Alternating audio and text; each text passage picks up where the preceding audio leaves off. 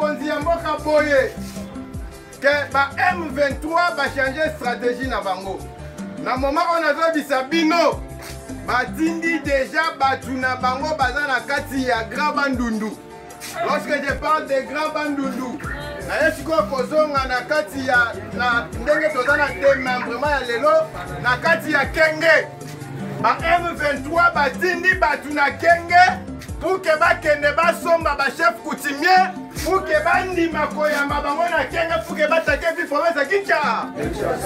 Kozana se Bobandaki koloba awa ke Mese Tshisekedi bazana ba accord na Kabila akokoka kokanga ete soki bozose la procès ya Kabila Félix akotikalaka kojuge Ferdinand Hippolyte Kanambe te.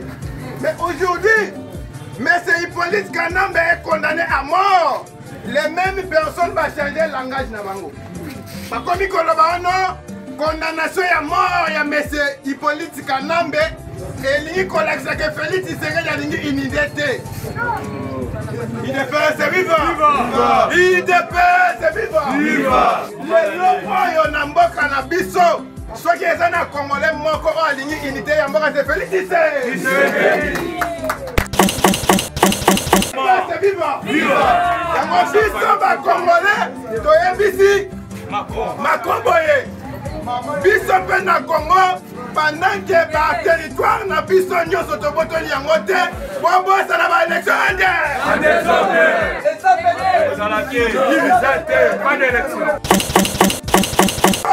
oh Félix ata mayele oyebi ntango nakotilika Félix ndenge nini azokobotola kingakati te azotika Kabila na kingakati non. Félix Tshisekedi pendant qu'il n'y a pas un jugement ils ont condamné Kabila qui a salaki ba mabe moko boye. Il ne pouvait jamais ravir ma bien ancien président de la République démocratique du Congo. Alinga ya kwa na mbeba moko songolo pakala. La communauté internationale balinga ki batele melaye. Tala président oya démocrate te a jugé mututé kaka na ba sipso ya pa maboto le biloko na. Il fallait laisser la justice faire son travail. Alors tout ça, oui, na komi ya kin marché ya Asanef awa. Na bâtiment ka ya kin marché na kati bato na ngambo oyo nde na uti sosimati. Non, faut pas que c'est là pas na bâtiment kin marché. Au cas de kolo ba komi Ben Oracle. Ben Oracle. Ah OK, na moni Ben Oracle. Na kati pe ba moto awa. Yo telema déjà pembeni po mona ngai. Na moni kutu, na moni ngo vitre. Hey, maman. Le déplace au bunga. Franchement, le déplace au bunga. Dans la combien na Sanef awa. Na bâtiment ka ya kin marché local 17 Ben Oracle. Quand on comme en face il y a Finetarium dans diagonale. Bata la biso nande tozabo, nande to koma. À tout à l'heure. À toutes.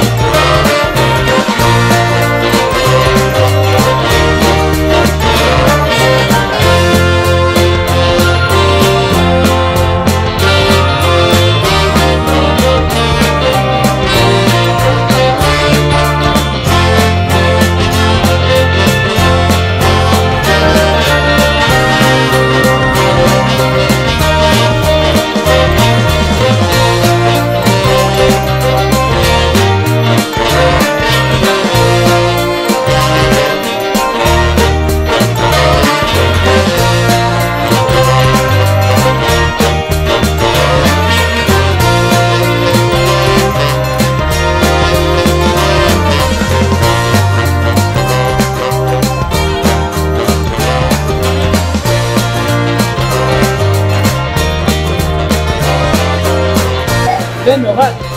La qualité. Merci à toi.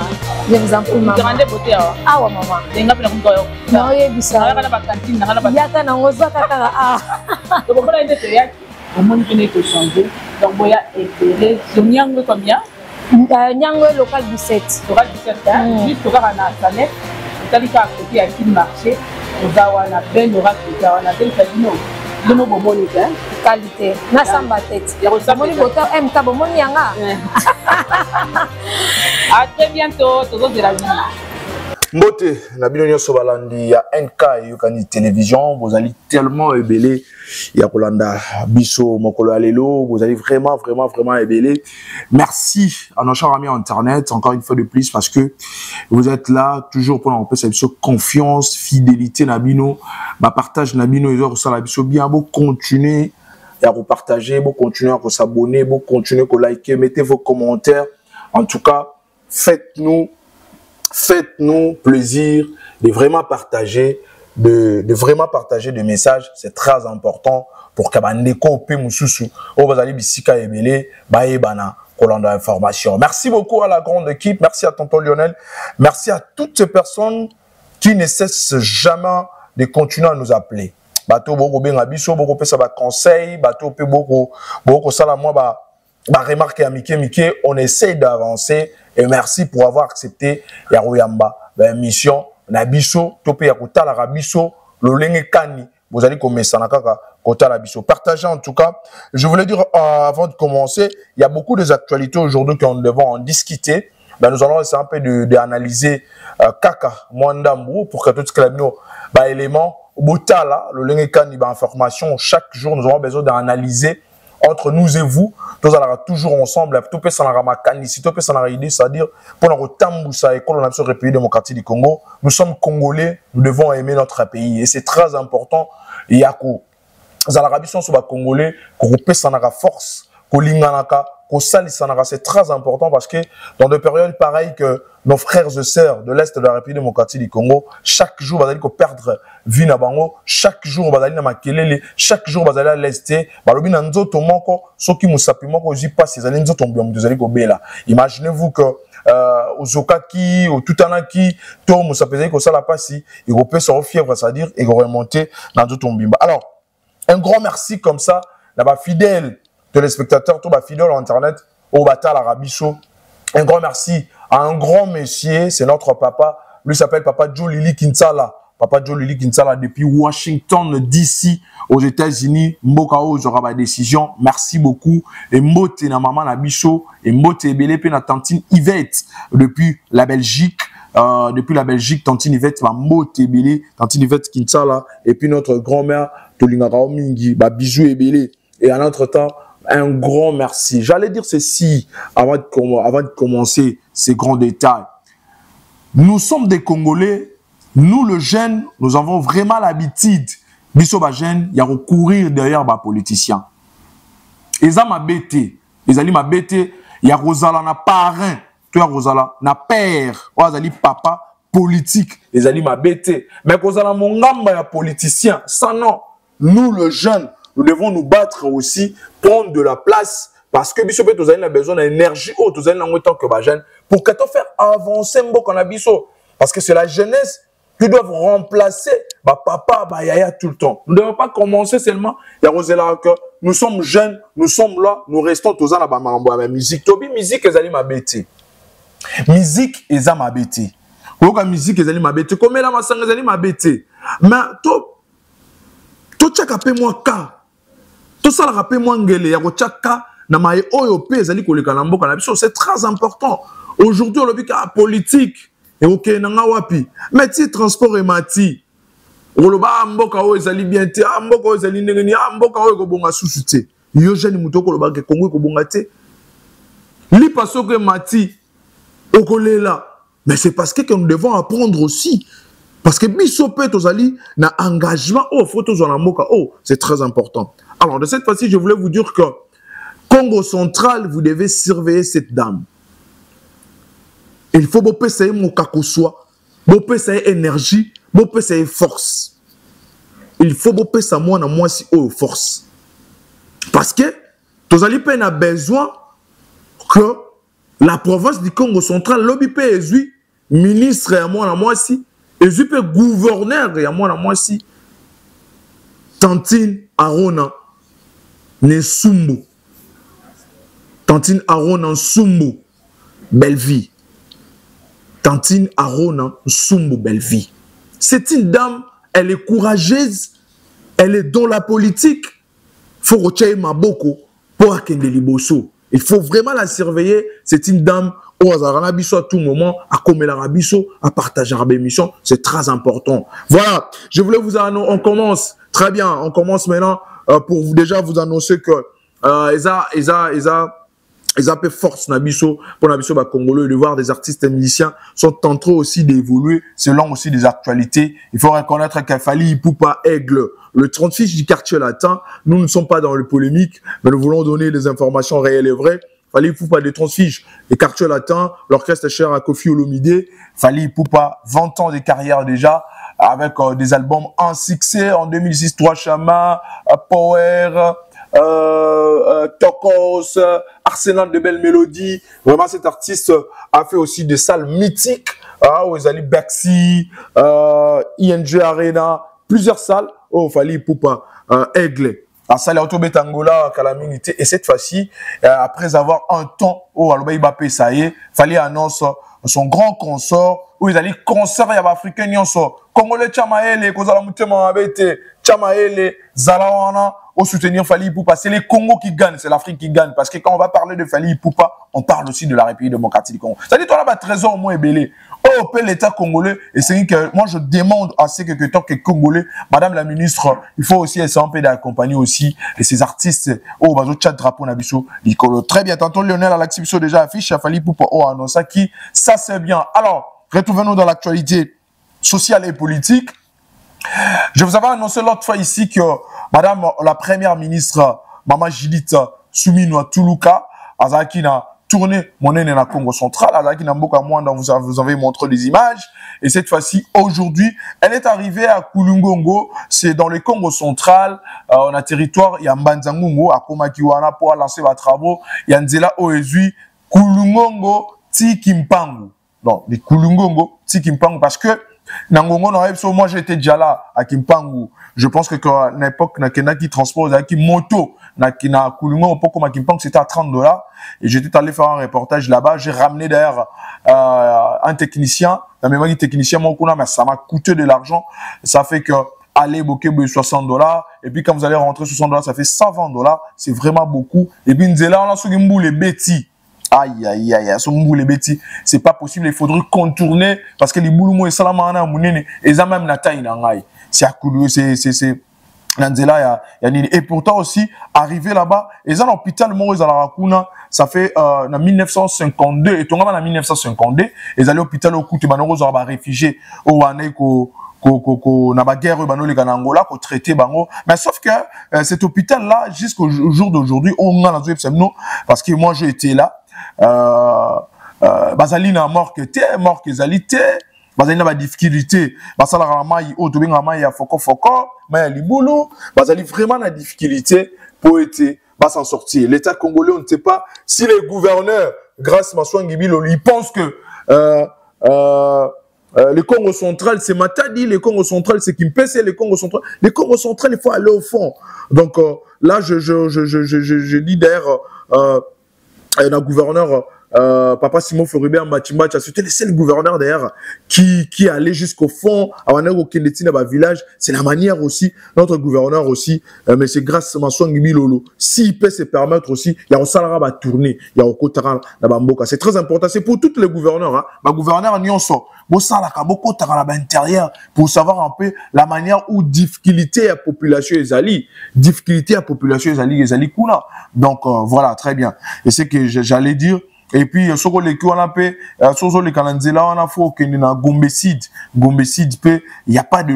vraiment de l'électricité, il y a pas vraiment Banzela bien et puis, Bazorara, Moutalongi Kimpangu, Ayene Bembe, Toto Lone Bembe na moto, combien de kilomètres et bien mon moto ti pour côté on a marque ya Kulungo. Voilà, na dit que ba kondi même gouvernement central et retenir compte nango les ba ko sala nzela voilà. Très bien, on va évoluer. Alors on a rasé mon image ya maman Judith entraîner na Kulungo dans le territoire ya Mbadzangongo. Après je voulais encore vous annoncer que après avoir essayé un peu de fouiner nos informations, dans l'émission précédente, Tozaki na conseiller puis secrétaire il y a l'Assemblée provinciale à Congo central. Li solo ekobeta mamingi na mon zomo na ba vidéo et ko circuler moi belé député batomboka ki ba député batomboki ba sali pétition ba kena ko tikape pétition na bango na bureau assemblée ba pesi bango accusé de réception na bango. Je pense que le président de l'Assemblée provinciale selon d'autres députés, il a été accusé par rapport il y a mbongo oyo terrain à 1 million et terrain à 1 million, bazali kotonga 8 millions, baliba tongela yango des niveau moko pour na salle assemblée, pour na bureau installation, il y a assemblée provinciale Kotoyo. Moi, je pense que l'IGF aussi doivent se réveiller. Moi, je pense que l'IGF, je ne sais pas, l'IGF, il y a un peu de silence. Hein? Non, mon IGF, moi, silence, c'est Ali moi mingi. Moi, ils sont pas mbaté. Nous ne confirmons pas, nous ne sommes que des journalistes. Mais je dis que moi, ils peuvent se pas mbaté. Il faut aller vérifier. Il faut aller vérifier cette information. 1 million, 20 millions. Donc, et des femmes qui, pour des travaux de la province, certains députés, bah, au moins, moins clarté. Hein? Bah, au moins, moins clarté. Mais quand même, le président de l'Assemblée provinciale, il a un peu de réagir, à réagir ça qui à propos de Nango, nous allons le suivre tout à l'heure là, à réagir ça qui, bon, il s'est victimisé. Bon, là, quand la vidéo là, moi je me suis dit, il s'est quand même victimisé, ou non, il a dit, lui, il est c'est un peu débrossé. Après, nous allons voir une image tout à l'heure là. Mais il faut aussi, parce que moi je vais vous laisser suivre un peu des images, et aujourd'hui encore, il y avait des actualités, comme je vous l'ai dit. Ben, on a, c'est un peu de fait, parce qu'une mission, nous sommes là pour nous aller plus sur terrain. Nous sommes là pour être plus sur terrain. Et puis, tout kitaki na terrain, na caméra, la mission. Nous avons envie, nos amis qui ont tout bien, des connexions IDPS, ça, analyse, ils ont assez un peu de parler. Tous les na matinée, ils ont quand même parlé. Ils ont pris cette décision de parler. Ils ont parlé. Ils ont un peu donné des informations. Nous allons aussi le suivre. Et, pendant Roloba, j'ai continué à dire, j'ai continué à parler. Le jeune, réveillons-nous. Réveillons-nous. Réveillons-nous. Tout l'obité que vous avez dans la partie politique, restez constant. Makanisinayo, venant Jean Koubal Kalala. Alors, on dirait bongo à Congolais, on dirait ndombolo. On dirait réflexion, on a vu comment trop un ndombolo. Alors, quand nous avons certainement ma réflexion, on a vu en tant que jeune, ceux qui ont la musique, ceux qui ont la makamba bilinga, et que ça la peine qui côté. Alors, on va suivre avec tonton Lionel, et on va suivre tous ces éléments. Torolanda éléments, nous sommes Torobanda na Souminois, Torobanda nae, et puis Torozoa. Après, Torozoa président de l'Assemblée provinciale, Toyoka. La liste que tu as commenté, mais Toyoka Bango, et puis nous allons prendre nos amis de l'UDPS, ils ont un peu débrosser leurs informations, aux acquis de la procession de Bango, tout l'an Bango, et puis quand on va revenir, c'est pour mettre un tout petit commentaire, et puis pour finir avec vous. On se retrouve tout juste après.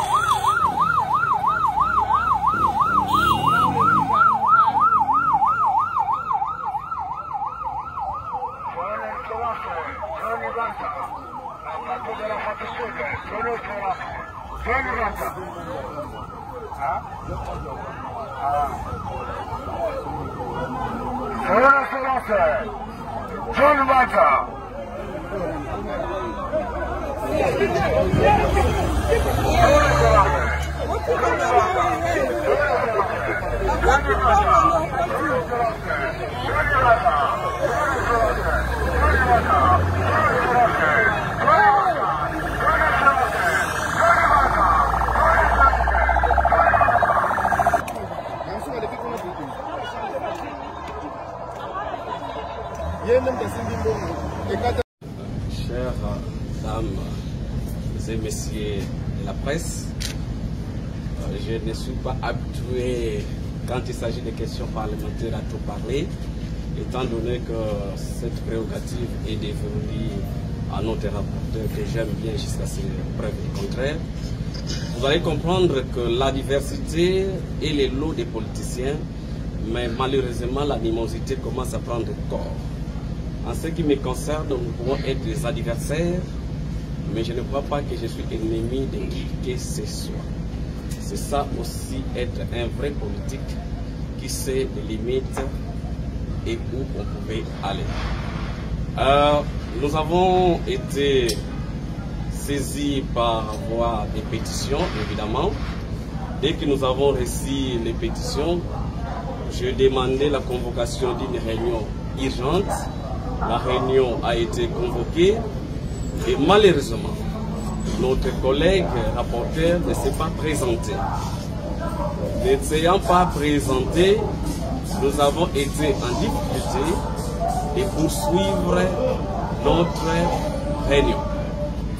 Et c'est dans ce cadre-là que nous avons estimé de reconvoquer une autre réunion afin que nous puissions statuer sur la plénière qui devrait avoir lieu dans les jours à venir.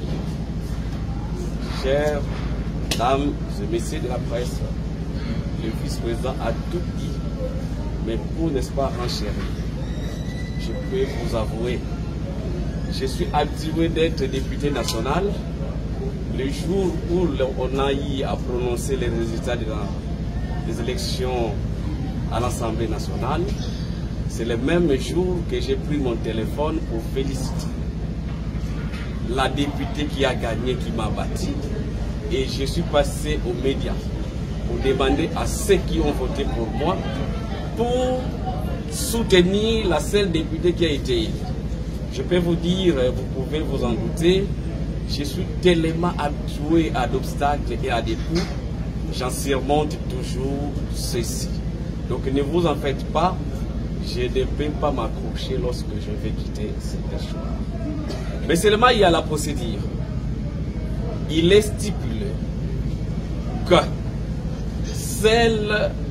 les dépouillements des bulletins de vote ayant constaté la majorité absolue de ma déchéance ferait de moi un ex-président.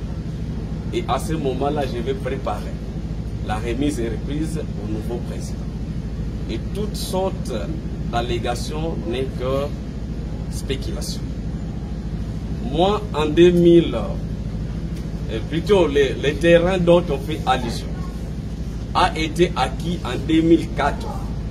En ce moment-là, j'étais étudiant. J'espère que c'est mon grand-père, sinon mon oncle, qui m'a légué ce terrain pour que déjà, alors que le terrain était déjà le terrain de la province en 2004, et que moi, on m'a légué, j'en ai vendu. Évidemment, si je pouvais vendre ce terrain, l'acheteur serait le gouverneur Jacques Mbadou. Parce que c'est lui qui a acquis ce terrain lorsque celui-ci était intérimaire pendant la période 2004-2005. C'est ici la raison de vous dire, nos collègues n'ont pas d'argument pour salir le président Montesquieu. Parce que si déjà on évoque des choses qui n'existent pas, je vais inviter aux journalistes d'aller fouiner. Et j'ai même rétorqué dans le groupe. Je dis, si seulement que ce que vous évoquez, même pas 1 million, même s'il s'agit de 10 000 $, et que ce terrain a été vendu par ma personne, je vais me pendre devant l'Assemblée provinciale parce que vivre dans cette honte serait difficile. Je vais aussi noter, chers messieurs et dames de la presse, la confusion qui règne, et je me pose la question, est-ce c'est la volonté délibérée de ne pas connaître les choses ou c'est le manque de connaissances? L'Assemblée provinciale qui est en train d'être construite n'est que du domaine du gouvernement provincial. Les contrats, les montants à payer, les architectes, même s'il faut acheter ce terrain, l'Assemblée provinciale n'est qu'utilisateur. Demain, si on termine l'Assemblée, le gouverneur va organiser une cérémonie de remise officielle de cet ouvrage. Pourquoi on veut mettre le président Mantezo comme celui qui a signé pour la construction, comme celui qui fait le suivi des travaux, on me met au centre? C'est ici que je vous dis, pour ceux qui croient que c'est le président Mantezo qu'on veut prendre, je vous le dis officiellement, c'est la tête du gouverneur qui est en train de chercher. Peut-être vous ne le croyez pas. Et vous avez vu, lorsque les pétitions sont entrées ici, il y a ceux-là qui ont demandé la démission des membres du gouvernement dans le gouvernement provincial. Quel lien il y a entre pétition et démission des membres du gouvernement de l'IDPS dans le gouvernement Grace Bilolo? Je vous en appelle à la conscience, à mes collègues et à vous journalistes. Je serai président jusqu'au dernier dépouillement du bulletin, jusqu'à l'installation officielle du nouveau bureau. Et c'est à ce moment-là, le même jour d'ailleurs, je vais continuer à jouir. Je sortirai et prendre mes honneurs militaires.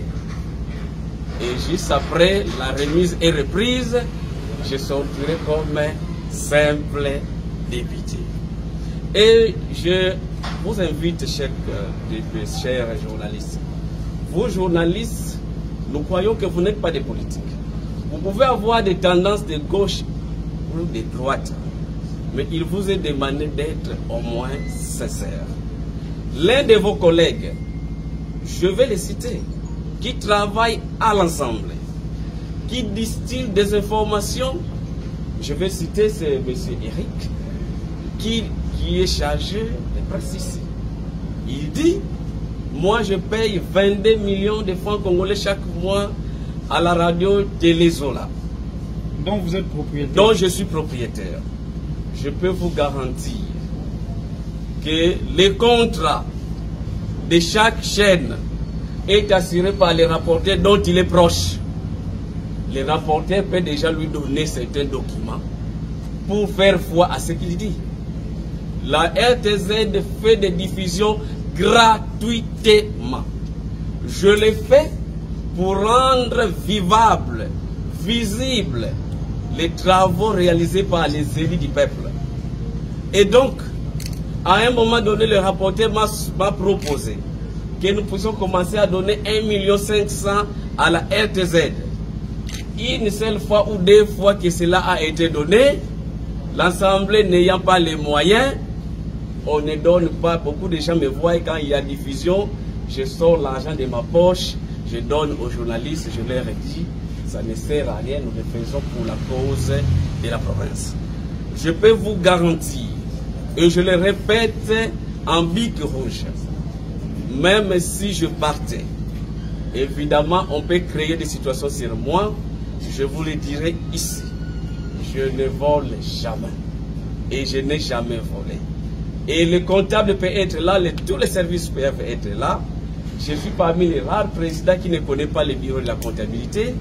Je suis parmi les rares présidents qui ne demandent pas les jetons la fin de la semaine. Je ferai une lettre, donnez-moi 5 millions, 10 millions. Alors qu'il y a certains membres du bureau qui le font. Sauf moi, votre frère. Ils sont là, posez-les leurs questions. Je me dis, j'ai été 2 fois député national. Avant de l'être, j'étais un grand commerçant. J'ai des maisons que je ne vais pas parler et je me réserve de les dire. Mais pour vous dire, ce que je dispose, je ne viens pas les disposer ici. Si je vous dis les salaires que je gagnais en tant que membre du gouvernement, des UTPR, et chaque jour j'avais une collation, ce n'est pas ici que je viens. Nous sommes venus servir la province pour donner la province sa lettre de noblesse. Alors ne salissez pas ce que nous avons déjà fait. C'est vraiment quand même difficile des fois pour les supporter lorsqu'on vous dit vous avez fait ceci, vous avez fait cela. Je peux vous dire, au nom de la collaboration du bureau, j'ai rendu mon poste de président un poste collégial. Je ne prenais plus les décisions. À chaque fois qu'il faut prendre les décisions, j'associais les membres du bureau. Et lorsqu'il fallait faire le voyage à Lualaba, alors que c'était seulement les présidents qu'on a invités, je me suis fait amener avec les rapporteurs. Lorsqu'il faut partir à Kinshasa, quand je suis invité, je les amène. C'est parce que je me disais qu'il faut faire taire tout préjugé de ce que les gens peuvent dire de nous. Mais évidemment, lorsqu'on est trop bon, on est prêt à être cessé.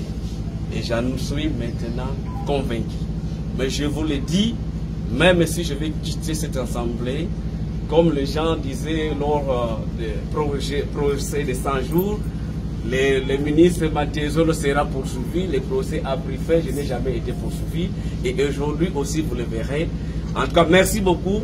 Pour cela, vous de la presse, faites attention, il ne faut pas faire diffuser de n'importe quoi. Et vous savez, ici, il y a eu mort d'homme. Nous ne voulons pas pendant notre règne ici que les gens puissent mourir à cause du pouvoir. Et par conséquent, à ce jour, nous interdisons tout attroupement, toute convocation de plénière de façon illégale. Et c'est un communiqué officiel sera signé auquel nous allons demander au service de sécurité, au conseil provincial de sécurité et au gouverneur de renforcer la sécurité pour protéger tous les députés provinciaux, tous les personnels et les patrimoines de l'Assemblée provinciale de telle enseigne que si jamais demain nous ne serons pas là, qu'on ne puisse pas dire c'était à notre période, qu'il y a eu mort d'homme, qu'il y a eu pillage ou qu'il y a eu bagarre.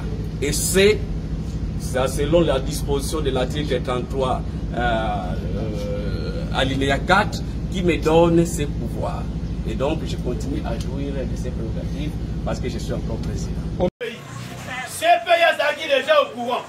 CPA c'est déjà, à ceux qui déjà Mukanda, on est au commun qui est, pour la côté c'est que oui, dossier Kabila, quand on t'a condamné à CPI pourquoi?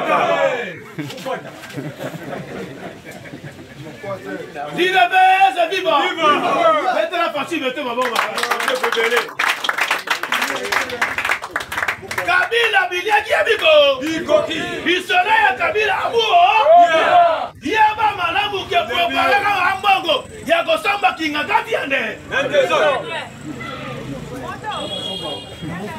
lukaka deja longo osoma ya kinga kati parce que tangu sepe ya zozo Kabila tangu sepe ya zokanga Kabila na mita Kabila komi kobanga kobima IDPS viva habite na okende wapi na ke pays nini na mita oyo Kabila komi kobanga kobima habite so na bimi pays na okende oyo na CPI yeba ke ba okanga ngai déjà to condamné à mort Kabila si akufa na yeka IDPS viva Kabila si akufa na yeka condamnation oyo condamnaka ba innocent au condamné John Noum yeba ke lelo biso ba congolais to condamné yo ande ya mibale Kabila il faut de manger biso il faut azongisa la biso mbongo na biso il faut afuta na l'état 47 milliards oh il faut foutre l'état ko oh il faut azongisa bako mbongo na biso IDPS viva viva ce qui va dire que mon Dieu va foutre 47 milliards ce qui va vérifier la continuer va mon mbongo IDPS viva ce qui va vérifier la compte à Kabila par l'année n'a pas entreprise à Kabila oh Kabila compte par jour oh Kabila compte par mois va montrer que mon Dieu a touché son mébélé il faut azongisa foutre dans l'état congolais 47 milliards IDPS viva et ceux qui ont naté yeba malamu ba bien Kabila nyonso kozala saisi l'état congolais il faut akanga ba bien Kabila nyonso et comme on a intérêt ya peuple congolais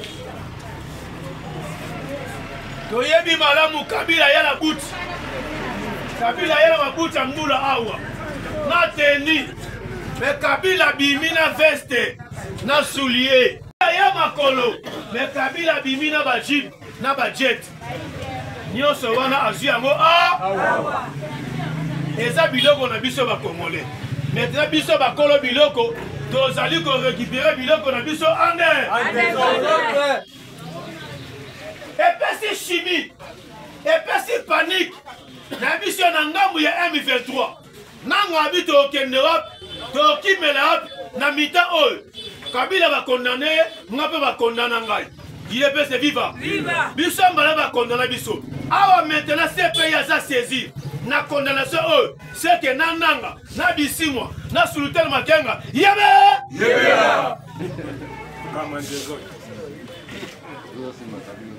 na yebela déjà parce que pays non se bokende bakanga bino ande pays non se bokanga ba diplomatie mo konzamboka faci beto a bouger monde a bouger masolo awa na kati RDC dollar ekiti lipa peki na ki malamu te dollar ekiti lipa peki ekiti IDPS viva tozali koya molo oyo wapi peuple congolais ye moko changer maloba o wapi ye moko peuple congolais parce que eloko lobisaka biso mingi ezaka nzala IDPS viva la vente affamée n'a pas de nous mangeons dans la mato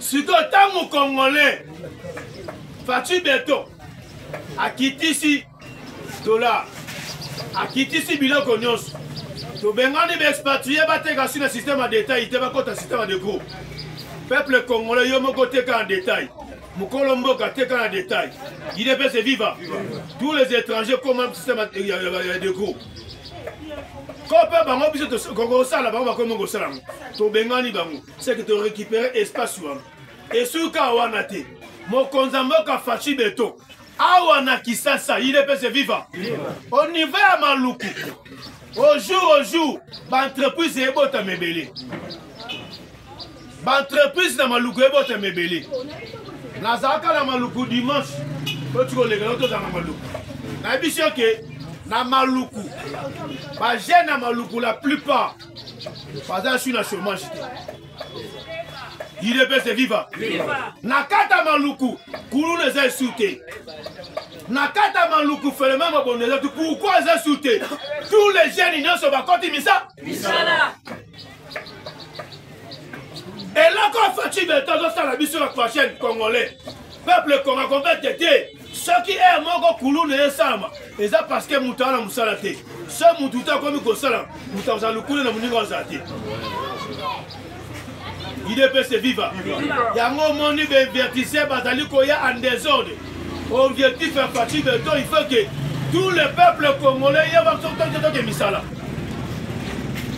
IDPS viva na kata États-Unis na kata Belgique ben vertissé bazolanda Faci Beto lokola bambinzo bango nyonso lisolo ka moko nalingi na ko investir na Congo nalingi na yatonga baentreprise nango na Congo IDPS viva mais mokonza mboka Faci Beto na souci ya peuple congolais za misala apesi bango na bavantage abiso ko yeko créer entreprise na yo avantage ya liboso tala 1 tolingi 65% na kata entreprise na yo ezala bako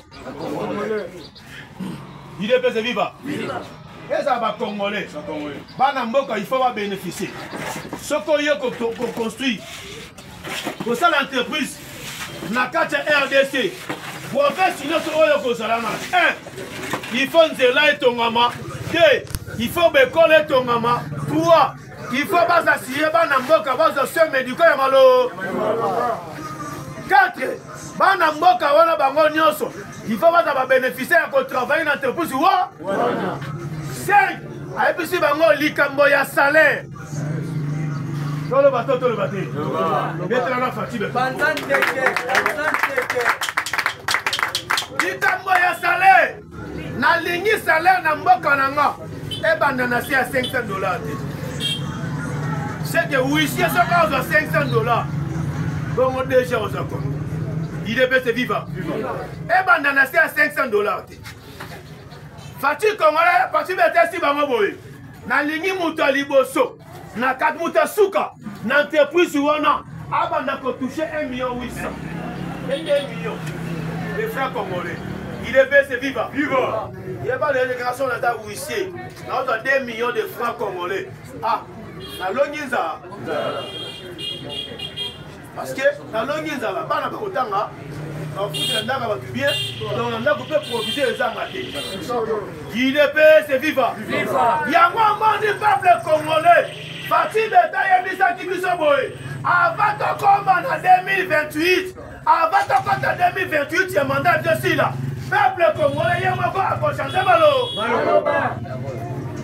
Malo Bekomi Goko Kisama. Dans un an en 2025, notre côté 2026 sous tout été. Notre côté 2027 été. Peuple congolais comme il faut changer Malo. Dollar qui dit le lot en 2025, ah le dollar qui dit. C'est de 2027, dollar qui dit sous Maka. IDPS c'est vivant. Fatih Congolais comme ici va travailler à Congo, va millionnaire à francs congolais. Ma soldat va au Tuko Baxé, va au Sumbo, va fonctionner va au Tuko Baxé, va au Sumbo. IDPS c'est vivant. 100 dollars le lot, comme il dit 250 000. Cela veut dire soldat ou à 700 000. C'est que à l'équipe de 100 dollars. IDPS c'est vivant. C'est que bientôt là, comme à 300 dollars. Tala Mokoto Fatih Beta Memeliso. IDPS c'est vivant. Tala Koto Fatih Beta Memeliso. Cela veut dire yo ça na musala mo photo 1,5 million, 2 millions. Fatih Beta commission millionnaire à Franco. Makambo changé yango to ça censé. Biso ba congolais. Ya ko ça derrière mon konzambo kana biso et puis tango nyoso sozo lala. Chaka na maboko yanza. Nzambe. Il y a des Congolais, ils allaient combattre la Fatih Beta, ils allaient combattre devant Bangouna. Il y a un moment où ils ont un complot, ils ont un complot à Fatih Beta. L'UDPS c'est vivant. Bayako tout na Martin Fayulu Madrid, tout le bateau tout le bateau. Loba, Panzate. Et ici Martin Fayulu Madrid, yabé. Batoune Martin Fayulu Madrid. Mais comment c'est possible? Depuis na monayo obima na ndako ya Fatih Beta. Obima na présidence. Osumba Kimia. Okomo kotinaka epenga lo habité. Toza su na tako lo bateau. Parce que na moni mabe moko Fatih Beta salite pour que na bimala loba. Oh et nous en sommes un intérêt à partager peuple ko.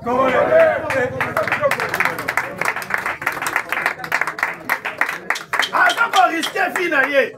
Partout sur tambola. Moi mobalu wana comme qu'on risque vie na ye. Pour na mboka oyo. Yango na esa bino ah balinga ramboka pe boye. Fatih Beta lingi mboka mingi.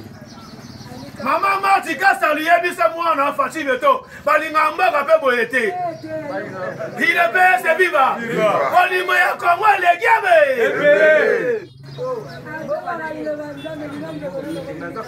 Moi konzambaka Fatih Beta mabolo abingi na za père de famille. Nous avons fait ça, nous avons fait ça dans la famille. Mais nous avons raté on a été. Qui était aux zongi mata aux zongi pour la ligne pour l'intérêt du peuple congolais. Azo continue à changer ma cap. Tiens, on a limité. Le lot compte plus ou moins à 4 ponts. Il est passé vivant. 4 ponts. Pour on a limité au Kota Tcham. Mayanjilo. Il est passé vivant. Nangama Masina. 3e point à moi, ma bête. Dans le bateau, Nangamba Masina. Oh, il y a continuité à Koulouba. Il est pas de vivre. Continuité à Kouloumba. Oh, il y a moyen. L'objet déjà, check de béton. Puis là, qui déjà. Habit Kalaming, il tenait à Bandiwana. On s'en a moi, tant que Tiboutou. Il est passé vivant. Habit au bête à rapidité à coup de pont en ici là. Tant que nous allons aussi, il a su avantage. Kontoyo, Mibale. Il est peut-être vivant. Yanjili passe un seul que Sili. opusani aya na 9 fois. 8 na 9. Il faut basala sur le moko place wana. Oyo okoteli matete okoteli de bonne mo bimba moko tuwa. Ah betala fati beto ngoma. Ali ngamba kandeli bima. Bila baboye. Tovandi 18 ans na Kabila. Tovandi 18 ans na Kabila. Makambo to moni angote. Il est pèse viva. Fati Betala qui c'est que naza congolais, ben naza quinois. Na yabi tout le parti à RDC, na yabi tout le côté à qui ça?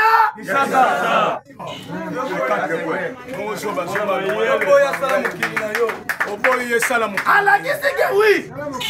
Kabila 18 ans yabi kikimité. Il est pèse viva. Fati atali que na yabi kikimi. Il faut na sala nzele bimela wa. Rokadi yango wana. Bientôt awa. Makama rokadi zosi la. Il est pèse viva. Kende na sima aéroport. Na biso so ke na sima aéroport. Babuki sima aéroport nyonso. Pato basomba ki sima aéroport kuna babuki. Abi jamais sima kote fait tika la bidon kobanda aéroport si fleuve Congo fait tika la bidon. Il est pèse viva. Pourquoi babuki wana? Bazota espace. Oya ba canot rapide. Mutako voyager. Aika na gare centrale wana kuna bitu mobile. Azu vano. Aéroport. Wow.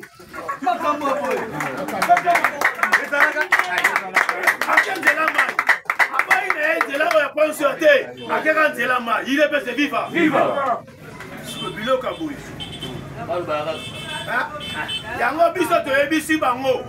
Tozana fati beto ti mokolo yesa koso. Ayoki malamu te. Boyeba ke biso tozana fati beto ti mokolo yesa koso. Fati beto bolimba Kongo lekebe. Yango malamu te. Fati beto bolimba Kongo lekebe. Yango ba Congolais va se décider Fati Salawa. Merci, merci. Le président Tshisekedi est attendu dans 2 semaines à Washington. Les Wana Aïra Rotal à Binopo à Tidi Binopo Tamoula. Il est passé vivant. Donc, il y a une information. Awa Nazoya Koebisa Bakonzi Yamboka et Loka Liboso. Il est passé vivant. Na ebisi bakonzi ya mboka boye ke ba M23 ba changer stratégie na bango. Na moment on a bisa bino batindi déjà batu na bango baza na kati ya Grand Bandundu. Lorsque je parle de Grand Bandundu, na esiko kozonga na kati ya na ndenge tozana démembrement ya lelo na kati ya Kenge. Ba M23 batindi batu na Kenge. Pour que bakende basomba ba chef coutumier, pour que bandima koyamba bango na Kenge, pour que batake vi province à Kinshasa. Ozana se. C'est vivant. Ba M23 bake kosomba ba chef coutumier ya Kenge. Yango tozo bisa batu ya bandundu basala ke. Parce que la République démocratique du Congo appartient au Congolais. Les lois Fati Beto Zobunda Bitumba. Ni ya Mujimai, ni ya Kananga, ni ya Congo Central, ni ya Grand Bandundu, ni ya Bangala, Ezapo na mboka na biso mobi. Yango nous mettons en garde Bino ba chef coutumier ya Grand Bandundu parce que nous sommes informés que déjà si bolien bomande. Ni yibi. Mais toyebi lokola biso ba parlementaire debout. Oh tozo veiller pour na bokonzi na biso. Lokola si toyebi yango seke ba service nyonso pe baza info informé. Yango to sengi na ba service ya mboka na biso bolalisa misu te. Bo veiller na kati ya bandundu parce que y a des chefs coutumiers au déjà bazwi mbongo ya Corneille na. Il peut se vivant. Wana to koti na ba information. Na zobi sa Congolais moko o alobaka mingi. Bobandaki koloba awa ke Mese Tshisekedi bazana ba accord na Kabila akokoka kokanga ete soki bozoze la procès ya Kabila Félix akotikalaka ko juger Ferdinand Hippolyte Kanambe te Mais aujourd'hui, M. Hippolyte Kanambe est condamné à mort. Les mêmes personnes vont changer le langage. Comme il condamnation à mort, il y a M. Hippolyte Kanambe et il collecte que Félix Tshisekedi une unité. IDP, c'est vivant! IDP, c'est vivant! Les locaux, on a un cannabiso. Ceux qui sont en Congolais, moko ont aligné unité, c'est Félix Tshisekedi.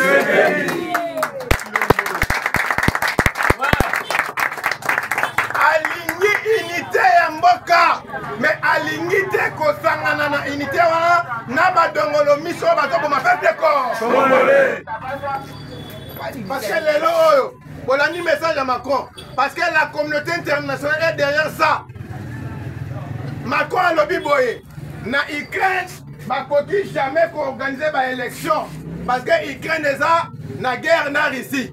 Mais Nandengeni, Ukraine va Ukraine a organisé une élection. Même biso na Congo peut être na position où la guerre. Ukraine a organisé une élection. Mais le République démocratique du Congo va dire ça. Biso qui a organisé une élection. On a un niveau mondial avec le peuple congolais. Il y a une place vivant. Il y a un Congolais. Macron Boye. Biso pe na Congo pendant que ba territoire na biso nyonso tobotoli yango te bobosa na ba élection en désordre. Pas d'élection. IDP, c'est vivant. Il n'y aura pas des élections en 2028. Voici Béton Azam Mokonzi, la République démocratique du Congo. Il a été élu par les Congolais. C'est les Congolais de décider s'il y aura les élections ou pas. Mais biso to lobby que Moussala Zosa la fois n'amora na biso to lini élection en 2028.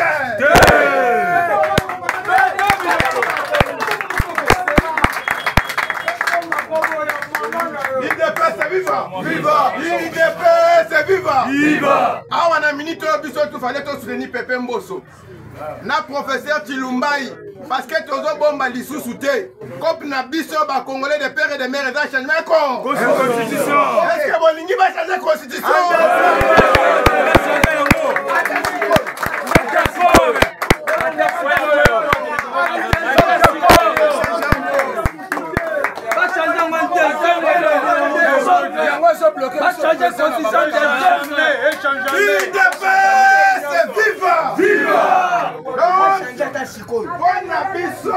Parce que Dolani, mais c'est Bob Kabamba. Dolani, mais c'est Bob Kabamba. Parmi les constitutionnalistes, on va la constitution à Rwandais. Aloba qui lobby à Twitter, lobby boye. Ndenge ba condamné Hippolyte Kanambe à mort.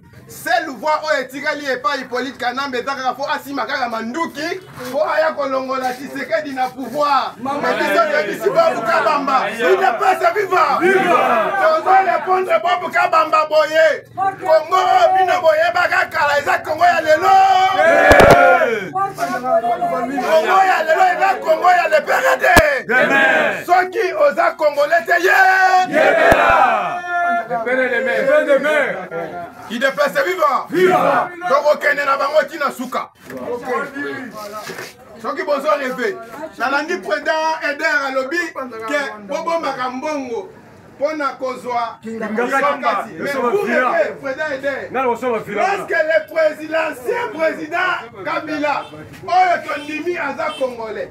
La sagesse ya ba juge na biso parce que tu as qui plan ya ba Rwandais ceux qui t'ont condamné qui Joseph Kabila lokola Hippolyte Kanambe comme un étranger balinga qui basenga yake ne kovana na Rwanda donc bien na yenyoso linga qui est que ne pona ba congolais te et linga qui ça la bénéficier par ba congolais te et ça ba Rwandais ba toi linga qui ozoya yango to pesi ye nationalité congolaise mais to yambi ki aza Rwandais mune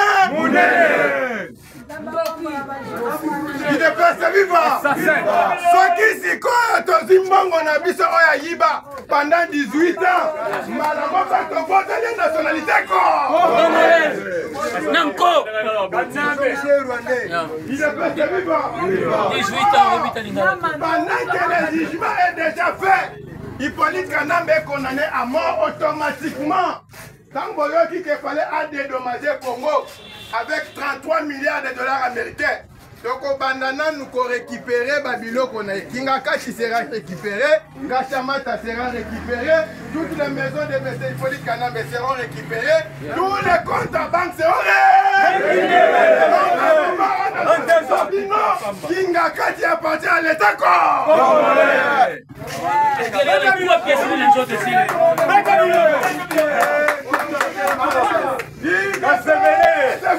Viva! Congolais moko! Oh, Félix Atamaele! Félix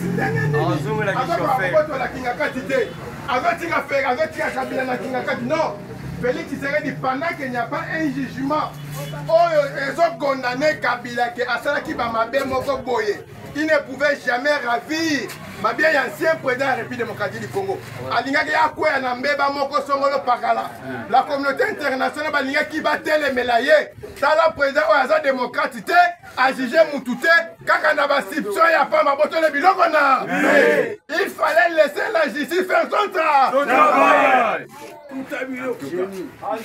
Maintenant, le corps de la justice et reconnaître Hippolyte Kanambe, le corps sanguinaire, un Congolais qui a géré la République démocratique du Congo pendant 18 ans, à l'écran de la tribune des Nations Unies, a condamné M23, alors qu'il y a M23 à un criminel, à un groupe terroriste, nous avons condamné Moussali à M23. Sans les savoir. Les lois ont la magistrature suprême. Il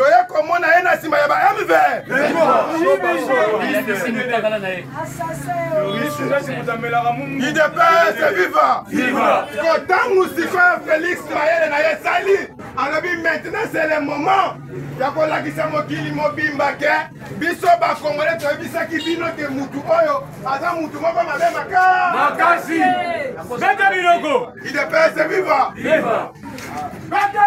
Il a été condamné.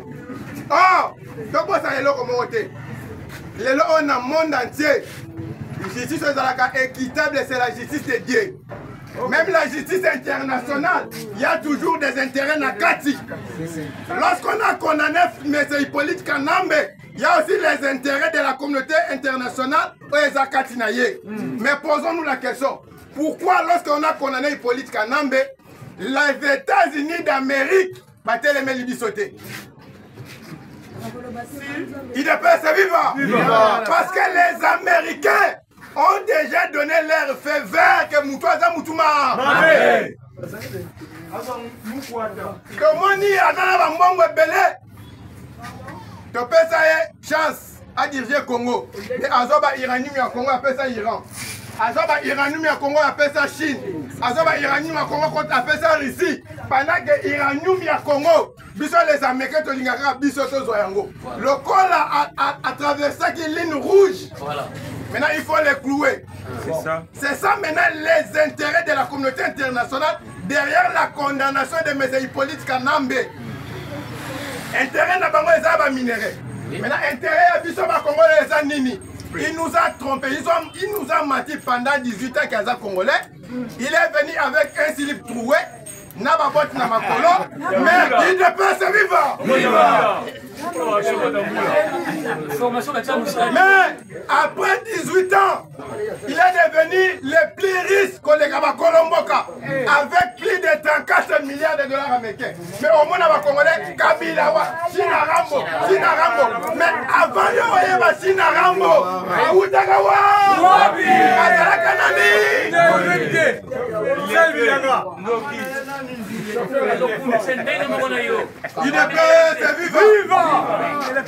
Merci. Mais Moutouma qui n'est pas Ayen Namboka n'a comme milliardaire collègue Moko. Mais yo Congolo tire les caca pauvre dans qui wa. On doit continuer à continuer Moutouma. Il est pas vivant. Il est pas vivant. Yango Félix a le biboyé. Pendant que je suis le président de la République démocratique du Congo, les intérêts congolais ne seront pas négociables. Et si il y a Congo, pour moi, il y a Congo. Et si il y a la communauté internationale, bozwa yango mpe na ndenge na bino. C'est le seul président africain oyo ayebisi na baaméricain naza na posa te bosécuriser pouvoir na ngai. Parce que tous les présidents africains basengaka sécurité ya pouvoir. Mais Félix aboyi yango. Abi ata lelo, je suis prêt à retirer boko. Mais je dois être rassuré que mboka na ekomi na sécurité. OK. Bien parlé. IDPS viva. Viva. ABC, mais c'est Trump. Alobi na boyi sécurité na yo nanga et pas na ngai. Na lingi sécurité ya Congo. Avant de signer tout accord, il y a Congo, et ça minerai na biso, il fallait d'abord commencer par nous donner la sécurité. Sans la sécurité, pas aussi les minéraux congolais. Il est passé vivant. Personne n'a eu sécurité, on a passé un minéraux. Minéraux, on a passé un peu donc on va dans les sous sololi. Ceux qui n'ont pas sololi ma baie, n'a su contrat na salinini. Il dépasse vivant. Il dépasse vivant. Il y a moi au moni équipe na biso eza na Washington. Hier le président Donald Trump hier moko a lobby boyé. Dans 2 semaines. Dans 2 semaines à Goloba yango. Sauf changement à dernière minute. L'accord entre Washington et la République démocratique du Congo est pour ça la nini. Nenga parti azongi lelo na Tongo. Nenga zaona kopé maté parce que Trump a bana ko benga chaque fois Petro ko kima na Russie. Petro ko kima na Chine. Petro ko kima na Iran. Il ne peut se vivre. Yango na yebisi bino batu bozo solo na délégation ya tiki parce que mais c'est Trump voulait se rassurer parce qu'il y a qui était parti à Zonga. Il y a qui vanda wana. Si tu vas signer accord, Félix Alobi Nazana Makambo Bela Osana na mboka na ngai. Ote yo lingo ki mabisa bi o. Mais bino bozo solo la bienté. So yi bozo solo li bienté na sali nini? Il est fait c'est vivant. Il y a ngo bo ti ko mona ke délégation. Ya Congo et Kembango kuna. Pour que Trump soit rassuré que il est passé vivant. Lobby basolo lina boulos. Tangu masolo et bandi. Il est passé vivant. Akoye la haie c'était un aventier boulos. Azali M23 azamutu ya Hippolyte Kana. Parce que Koyemi Azali Kana. Il est passé vivant. Boulos c'était M23. C'est un Libanais. Le Congo, l'économie congolaise est détenue par les Libanais. Or, les Libanais, on va constater que maintenant nous allons signer un accord avec les Américains. Tous les Libanais, les Chinois, les Indiens, Nini. C'est pourquoi Babalou qui va corrompre Boulos, va passer un bon bébé. Il est pas vivant. Si quoi, président Tshisekedi ABC Trump abi natika l'équipe na ngai botika kosolo na malamu nga nazongi ngano na mboka na ngai parce que fallait na kende kotala dossier ya Anthony Kinzo bayebisi ngai ke Anthony Kinzo aza rwandais munene il est fait nazoyebisa bino kozonga ya chef de l'état azongi pamba te azongi mpona kosine baordonnance ebele bato ebele misala ezosala nini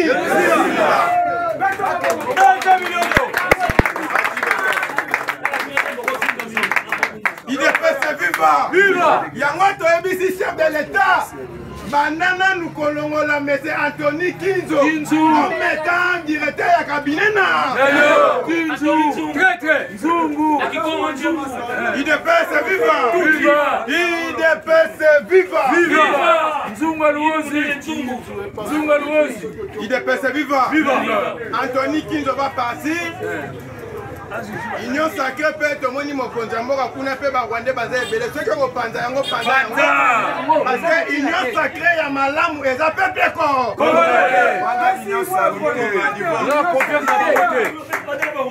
IDPS vivant na lobby boye chef de l'état na tata na Nicolas bakosa yo teke bazo soutenir yo union sacrée ya malamu eza peuple ko peuple congolais, il ne peut se vivre. Ce qui peuple congolais a décidé que Fatih Beton tika pouvoir au tika yango. Mais bando qui on a union sacrée. Ata ba lobé loko moko boye pona yo. Ce qui biso peuple to boye aussi manango. Union sacrée. Il ne peut se vivre. Il ne peut se vivre. Yango mani mokonzi. Mokonzi azongi na mboka. Azongi mboka pour signer par ordonnance. Amisusu misala esila fo biso ba kongole to se boeto boete bango soki misala esili biso to sali nini parce que bango sala pona intérêt ba roi il de pese viva yango na ebisi yo na ngai kezala kimia muto ya bokusa akosa yo te ke deal RDC Washington le profiter ezali balingaki Félix a signé yango pendant que sécurité Yamboka va garantir bisoté. Ce n'est pas Trump qui a refusé de signer cet accord. Trump a tiré pression et pas Félix. Félix a dit Trump niet n'a pas signé accord OET tant que naïe n'a moni makamba malamu na katité. C'est le président Félix Tshisekedi. L'histoire retiendra qu'un seul président africain qui est allé faire face devant un président du monde, mais c'est Donald Trump, c'est Félix Tshisekedi.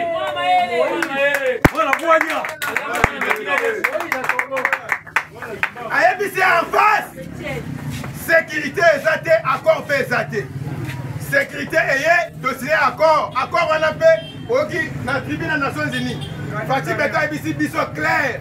Que Akobrada jamais va richer c'est la République démocratique du Congo. Donc on signe l'accord au Ghana, les Américains vont prendre 50%, la République démocratique du Congo aussi va prendre 50%.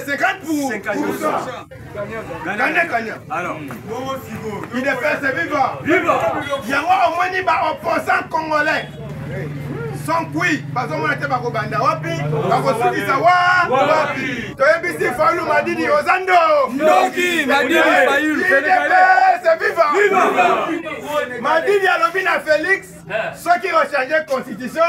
Mais toi tu es sénégalais. C'est quoi beaucoup dans Nigeria Sénégal ou bien Nigeria Congo? Yonan. Il est pas c'est vivant. Tu as vu si Fayoulou, ceux qui ont qui congolais. Bolinga qui va foutre na Félix Nanzela na binomi balé parce que boza ba congolais. Mais yo oza Sénégal, na mboka na biso Fatih Beton retirer la roya na ye. Ba oza ile nguba eza kuna. Nguba na nguba eza. Ole ka diare. Il dépasse viva. Il dépasse viva. Ebisi bango Congo ya lelo. Eza Congo ya lobité.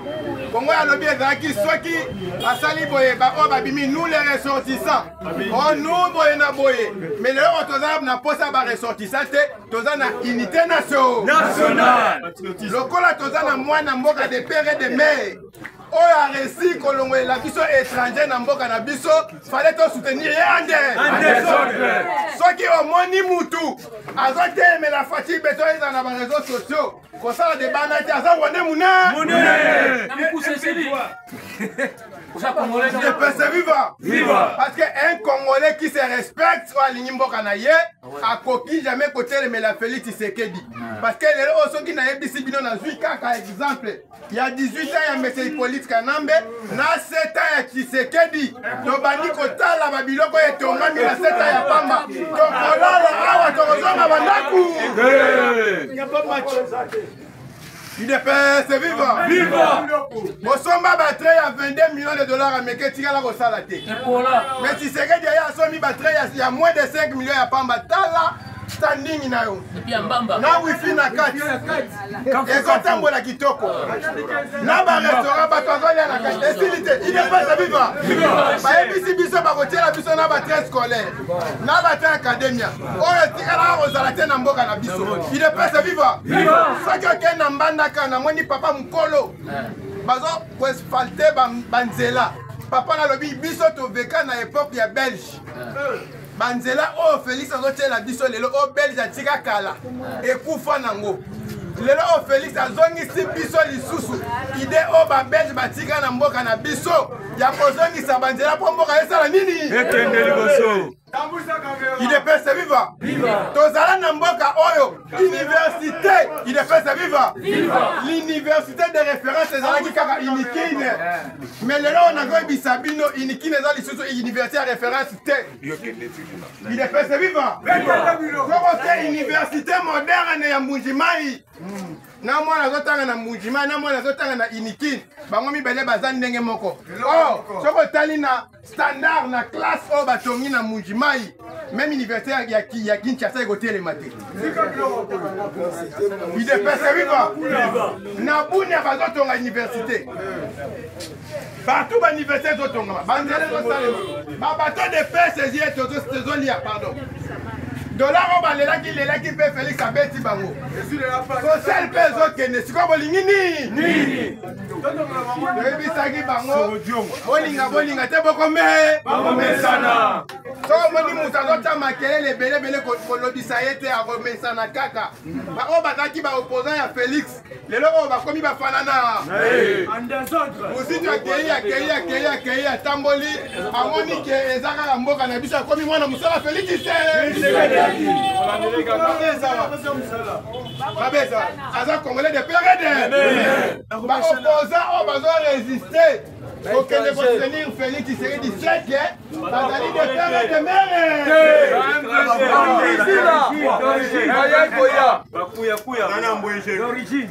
UDPS viva. Yango nazo féliciter awa représentant na biso na kati ya Nations Unies Papa Zenon. Nasi bandeko ebele bolani na Conseil de sécurité des Nations Unies. Ndenge Congolais on a de très bonne qualité. Ndenge a démystifié un représentant rwandais. Na Nations Unies, représentant rwandais a commis koyoka kiti mukusa kwa kolobate. Il y a des vidéos qui circulent. Ayebi c'est clair. Abi tangela biso na Rwanda. Opposant moko rwandais oya vivaka na Rwanda comme na ezana. Aujourd'hui, c'est une démocratie. Mais démocratie est fanine dans la République démocratique du Congo. Félix Tshisekedi a fait un opposant à Bazoso. Mais il y a un Kagame. Opposant ni au Bafana na Kitimo Bazosa nini. Aujourd'hui, c'est un de ça FDLRT. Ma FDLR pour tout na pota bazonga Rwanda. Pour organiser un dialogue, il y a binomo Rwandais. Voilà, de retour, vous avez vu. Bomoni, Nere Mama Judith Akomaki, Bomoni P. Lissoussou, Nere président de l'Assemblée provinciale, il y a Congo Central à lobby. En fait, moi, ce qui me fait mal, c'est que, ah, mon Dieu, je ne sais pas, on a habité les lopinamé Moulangama, parce que, c'est de ceux de Congo Central, les gens me disent, bon, pourquoi aux Hollandais, c'est parce que vous êtes, le problème, c'est que, ah, ma tribalisme, en fait, tu dois comprendre, moi, je suis congolais, moi, là, ma tribalisme, et moi, je suis congolais, c'est l'argent du pays, est-ce qu'on a pris ces 20 millions de dollars là, on a banque pour les alimbongo, on a bango, parce qu'ils ont dit que non, on défend bongo, pour notre immeuble, non, ce n'est pas ça, c'est l'argent du pays, et puis cet argent-là, puis ça va congolais, n'a pas tout vota. Quand même, les députés provinciaux, ils ont aussi le droit de contrôler si ça ne va pas. Si ça ne va pas. Moi, dans le respect, Yambuta Papi Mantezolo. Moi, si c'était moi, dans la route, la vote, vous devez faire aussi comme Mbuta Vital Kamere. Il a tout à fait démissionné. Il a vu que bon, ça. Peut-être, il y a entre guillemets, il a voulu qu'il a démissionné, mais quand même, il a pris le temps de démissionner. Il a démissionné. Moi, je mérite que. Parce que Mbuta Papi Mantezolo, na oyo lobby on a, moi je pense que tant que humain, on s'est fait la arme sous pour que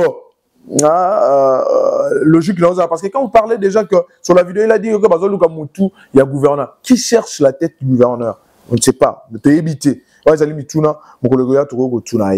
Alors comme je disais, pour occuper analyse Yabandeko, il y a IDPS. Moi c'est que moi j'aime dans ce pays parce que Moutoua Zolobana, des connexions IDPS, ce sont des jeunes, les jeunes se réveillent vraiment. Alors, une très bonne nouvelle, quand même, la nouvelle est qu'elle bien que dans mon niveau, Bilo Gopé Baniko Kita. Dans le bel ma dollar, Bilo Zoko Kitate, dollar et Kiti, mais Bilo Kitate, mais je comprends que Bilo Gomiko Kita Basaka Loso, Bandeko Bateka Rabadendo, ils m'ont donné quand même des informations. Et puis, lobby, et Toro Kita latéral, les sous-potos ramener Bilo, information. Mais je vous rassure. rassure que nous aurons des invités. Nous aurons des invités. La semaine prochaine, déjà, nous aurons des invités. Mais cette semaine, on va le finir pareil, je crois, entre terrain et puis vous faire des analyses. Merci beaucoup. Pour moi, c'était un réel plaisir. Moi, Jobingo GB, mon numéro est là. Notre numéro est là, notre service est là. Vous voulez passer, vous avez besoin aussi que vos produits, que vous avez vos produits ou services. Nous sommes là. Contactez-nous. Nous allons descendre sur terrain. Merci beaucoup également aussi au prophète Billy. Prophète Billy. Qui n'envoie, que Dieu vous protège, que Dieu vous garde. Pourquoi pas aussi le docteur des ignorants, le docteur Gelor Manzam Mintinu. Babi docteur Gelor Manzam Mintinu, Yantinu. Le docteur Gelor Manzam Mintinu. Dans ce on apprend ma poison, on apprend ma paralysie, ça peut finir. Hein, donc ça peut être ici là, le car intime ici. Et comme je vous avais dit, que soutenons le jeune, moi je la soutiens, moi je continuerai de la soutenir. Elle c'est Tantine Arona Sumbu, Tantine Arona Sumbu Bellevie, Tantine Arona Sumbu Bellevie. Donc Bambo tenait place à Zali, donc politicien dans moi la moi si oazo émergent oazo bunda oazo ni la politique beau soutenir et beau tchema beaucoup dans le Congo central retenez combo ou beau retenir combo Tantine Arona Sumbu Bellevie, Tantine Arona Sumbu Bellevie. Donc à Kolanda Bicho depuis quelque part chic. Bellevie chic mode. Donc voilà, je te salue la brine. Donc la belle de Belle, je te salue. Merci beaucoup, c'était un réel plaisir. Merci à tonton Lionel qui se fatigue jamais. Merci à MK. On se revoit demain pour d'autres actualités et pour d'autres analyses et pour d'autres fonctionnements. Restez branchés. Ok, les comme soutenable, c'est évident, tu commences 60 000. Ah, nos chers amis abonnés. Tu commences 60 000, comme ça, tu commences 80. Et ça, prompte, tu commences 100 000. Partagez, likez, s'abonner, tu as ce commentaire. Ben Abisso, nous avons besoin de vos remarques. Tout ça, la perfection, chaque jour pour que l'actualité est à la bien. Ceux qui nous ont besoin de tête au coup de lobby, merci, au revoir. Alors, qui ça? Oui, la commune à Kin marché, il y a Asanef Awa. Na bâtiment quand il y a Kin marché, na kati bato na ngambo na uti sosimati. Non, faut pas c'est là pas na bâtiment Kin marché. Au kati likolo ba komi Ben Oracle. Ben Oracle. Ah OK, na moni Ben Oracle. Na kati pe ba moto awa.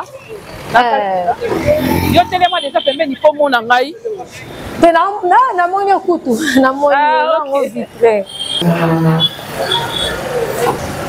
Hey, maman. Le déplace au Bungate. Franchement, le déplace au Bungate. Dans ce combien na Sanef Awa.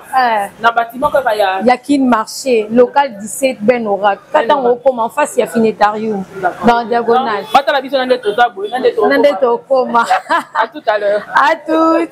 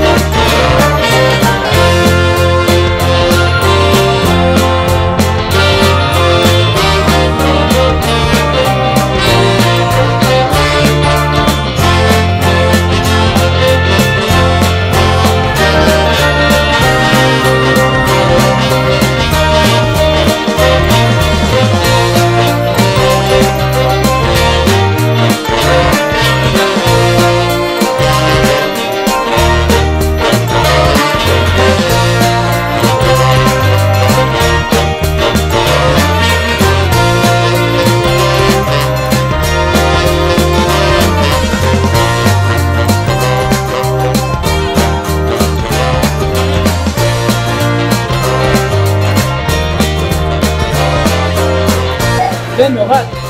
La qualité. Merci Awa. Je vous en prie, maman. Grande beauté Awa. Awa, maman. Denga pena kumtoyo. Non, yebisa. Nanga na cantine, nanga na Yaka na ngoza kaka ah. Donc on a été théâtre. Au moins on est changé. Donc boya épelé. Sonyango combien? Nyango local 17. Local 17 hein. Juste au cas na Sanet. Talika à côté à qui marché. On va wana ben oracle, on a del casino. Le mot bomoni hein. Qualité. Na samba tête. Bomoni boto MK bomoni yanga. À très bientôt. Toujours de la vie.